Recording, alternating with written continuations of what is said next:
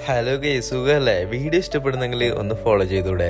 ഇന്ന് ഫുഡ് ഉണ്ടാക്കേണ്ട തിരക്കിലാണ്. ബീഫെല്ലാം അരിഞ്ഞോണ്ടുണ്ട്. ഇന്ന് ബീഫ് കറിയും പിന്നെ ബാക്കി പിന്നെ കാണാട്ടാ. തേങ്ങയെല്ലാം പൊട്ടിച്ചിട്ട് അവിടെ സെറ്റാക്കി വെച്ചു. ഓരെല്ലാം അവിടെ ക്രിക്കറ്റ് കളി കണ്ടോണ്ടുണ്ട് കേട്ടാ. നമ്മള് നല്ല കറിയെല്ലാം ഉണ്ടാക്കിക്കൊണ്ടുണ്ട്. ഇന്ന് ഇടിയപ്പവും നല്ല ബീഫ് കറിയും. അജ്മലിന്റെ മെസ്സായിനും ആവി പിടിച്ചോണ്ട് അവിടെ ഒരുത്തിന് ഇരിക്കുന്നുണ്ട്. ആവി പാറുന്ന നല്ല ഇടിയപ്പം അവിടെ റെഡി ആയിക്കൊണ്ടുണ്ട്. ഇടിയപ്പം ആക്കിയതിൽ കുറച്ച് മാവ് ബാക്കി വന്നു. അപ്പൊ ഇതിനെന്താക്കി കുറച്ച് തേങ്ങയെല്ലാം ഇട്ടിട്ട് നല്ല കടുമ്പ് ഉണ്ടാക്കേണ്ട പരിപാടി. നിങ്ങളുടെ നാട്ടിൽ ഇതിനെന്ത് പറയില്ലെന്ന് അറിയില്ല. ഓരോരോ നാട്ടിൽ ഓരോരോ പേരല്ലേ.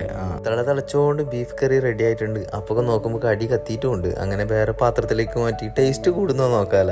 അങ്ങനെ തങ്ങളെ കൃഷിയിടത്തിലെ തക്കാളി ആണെങ്കിൽ പറിച്ചും ചെയ്തു. കടുമ്പെന്ന് ആവിയെല്ലാം ഇങ്ങനെ പാറിക്കൊണ്ടുണ്ട്. നല്ല ചൂടോടെ തിന്നുമ്പോല്ല അതിന്റെ ഒരു പാങ്ങ്. അങ്ങനെ കടുമ്പെല്ലാം കൊണ്ടുവച്ചിട്ട് നമ്മളവിടെ ഇരുന്ന് കേട്ടോ. ആ ശമനാദിക്ക് ഓരോരോ പ്ലേറ്റിലേക്ക് ഓരോരോ ആക്കിൽ ഇങ്ങനെ ഇട്ടോണ്ടുണ്ട്. നല്ല ബീഫ് കറി റെഡി ആയിട്ടുണ്ട്.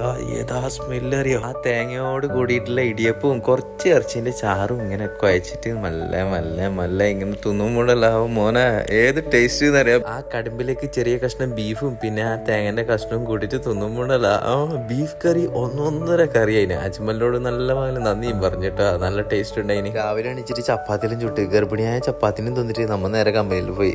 അങ്ങനെ കമ്പനിയിലെ വർക്കെല്ലാം അവിടെ നടന്നുകൊണ്ടുണ്ട് കേട്ടാ. അവിടുന്ന് നമ്മ വർക്കെല്ലാം കഴിച്ചിട്ട് ഉച്ചയാകുമ്പോ നേരെ റൂമിൽ വന്ന്. ഇന്ന് വെള്ളിയാഴ്ച അതിന് ഉച്ചക്ക് റൂമിലെത്തിട്ടാകുമ്പോ നല്ല ചോറും ഉള്ളിക്കറിയും പിന്നെ ആ ഒരു ചമ്മന്തി ഉണ്ടായിന്.